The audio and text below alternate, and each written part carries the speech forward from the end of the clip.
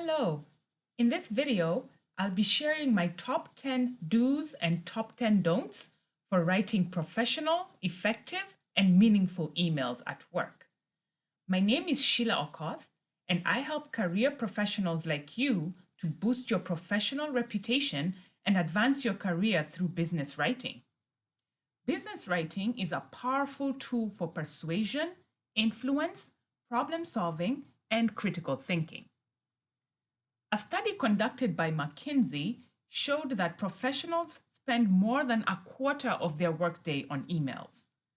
The never ending onslaught can leave any professional exhausted. Many of your email recipients are constantly bombarded with other emails that compete for their attention. Your goal is to compel your reader to open your emails and take action or respond to you. How do you do this? Here are my top 10 do's for email etiquette that get your recipients to open, read, and take action on your emails. Number 1, be brief. Get to the point as quickly as possible without leaving out your key messages.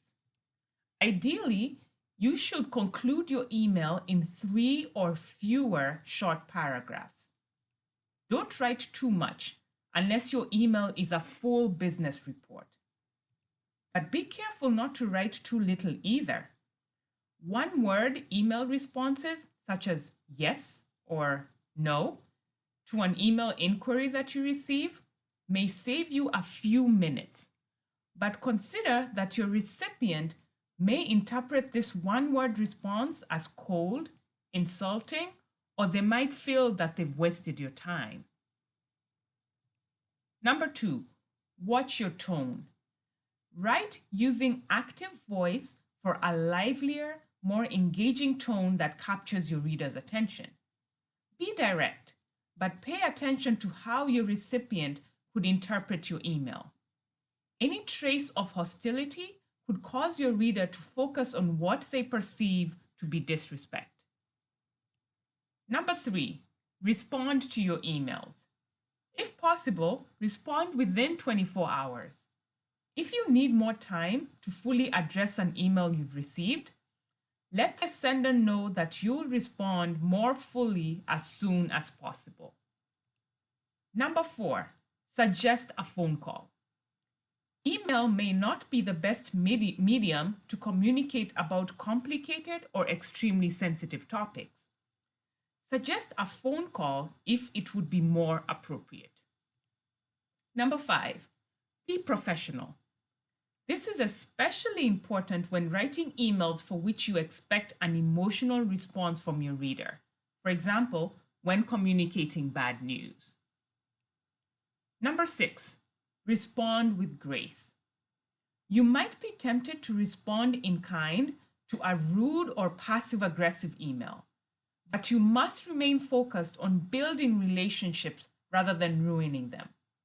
If you need to, take a break before responding to an email that rubs you the wrong way. Writing a response that's based on facts, data, or logic will do more to persuade your reader than a reactionary email that's hastily drafted and sent. Number 7, send follow-up emails after important phone calls. Doing this helps you avoid potential I said, you said situations. Sending an email that summarizes the main points of a phone conversation ensures that everyone is on the same page regarding what you discussed and the agreed upon path forward. You could write something like, to follow up on our conversation, we agreed that the next steps in this process are ABC. Ideally, your recipients will respond to, concur with, or revise what you wrote. But even if they don't, you at least have the conversation on record. Number 8, include a clear, specific, and meaningful subject line. All the work you put into writing the body of your email won't matter if your reader doesn't open your email. Your subject line serves as a snapshot of the information you supply in the body of your email. It'll tell your readers why you're writing to them and convince them to prioritize reading your email versus the dozens of others that they receive. A poorly written subject line may lead your reader to ignore or delete your email before opening it because they believe it is irrelevant or that it does not pertain to them. Here are 3 things you can do to ensure that your email subject line is compelling and appropriate. First, be clear about who your reader is and the purpose of your email. Second, include labels when necessary. You may choose to add labels such as for action, urgent, or FYI to your subject line. Third, clarify in the subject line if you intend for your recipients to take action. For example, if you'd like for them to reply to your email. Number 9, reread, revise, and review. Spend a few minutes to streamline your email. If you can remove a word without changing the meaning of a sentence, go ahead and do so. Grammar software is useful for correcting spelling and grammar mistakes before you hit the send button. However, software cannot fix things such as the clarity of your email, the tone, or the accuracy of your message. Recalling and revising a message after the fact costs you more time.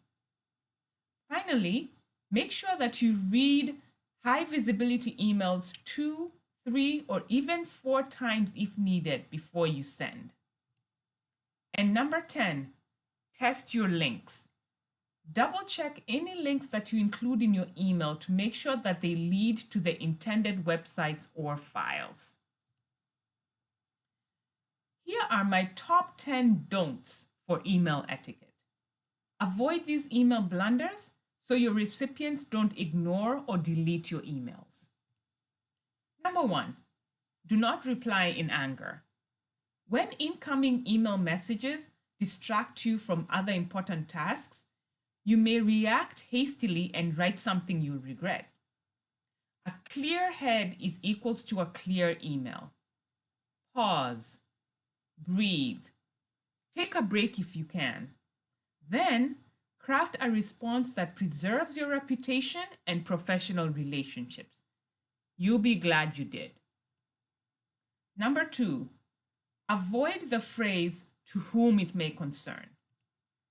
Addressing your email to whom it may concern gives the impression that you haven't taken the time to research your recipient's company or organization before writing your email. Browse company websites to identify the individuals to whom you need to address your email. If, for example, you're applying for a job and cannot find an individual's name, it's probably better to use a title such as "Dear Hiring Manager." Number 3, don't follow up too soon. As anxious as you may be to receive a response to your email, refrain from sending a follow-up email less than 24 hours after sending your initial email. Your recipients might just be busy. If you need a response more urgently, call your recipients instead. Number 4, don't send unaccompanied files. Briefly explain what's in the file you're sharing and your specific request for review or action. Simply writing the words FYI is not enough. Number 5, don't be vague. Unclear or one-word subject lines like "important," "hello," or "please read" will result in your emails being ignored or deleted. For example, instead of writing "paperwork," write a more specific subject line like "deadline for submitting paperwork for leave requests." Also, your email recipients might interpret non-specific messages such as "I need this file ASAP" differently from how you intended. Specify who needs to perform an action, what the action is, when, where, and how it should be done. Number 6, don't write a very long subject line. Aim for a subject line that's between 3 and 8 words. Make sure it includes key words from your email and provides an overview of the content of your message. Include these keywords in the first half of your subject line. This is important because if your reader is using a mobile device like a cell phone, or if their inbox is set to only show a certain number of words on the email subject lines, the second half of a very long subject line might be invisible to them at first glance. Finally, make sure you've conveyed enough of the subject matter in the first few words to grab your reader's attention. Number 7, don't copy unnecessary recipients. If your recipients find your emails irrelevant, they may ignore future messages from you that may actually be relevant to them. It's also important not to copy your recipient's boss or manager unless you're asked to do so. Copying your recipient's superiors unnecessarily may turn them off. Number 8, don't write lists within paragraphs of your email. Use numbered or bulleted lists instead so it's easier for your recipients to follow. Number 9, do not include jokes or sarcasm. Depending on who reads your email and who they forward that email to, your jokes or sarcastic comments may not translate in the way that you intend. Do not risk your recipient having a negative impression of you. Even when you know your recipients well, you never know who else might read your message. And 10, don't start your message in the subject line and then continue it in the body of the email. Start your message within the body of the email. And there you have it, my top 10 do's and don'ts for writing effective, thoughtful, and meaningful emails. I hope you'll find these tips useful as you seek to boost your professional reputation and succeed in your career or business through your writing. Are you interested in learning more about how to excel in business writing? Check out my video titled The Business Writing Process, Step 4, in which I explain the editing step in greater detail. This video offers a taste of my Thinkific course on effective business writing for career success, in which I expound on a simple 4-step writing process that you can apply to any business document or email. Find the link to the course in the description box below. And finally, if you're looking to increase your influence at work so you can be more successful, download my free ebook in which I share 7 powerful ways to exercise your influence at work through your emails, presentations, memos, letters, and other business documents. The link to the ebook is also in the description box below. Thanks for watching.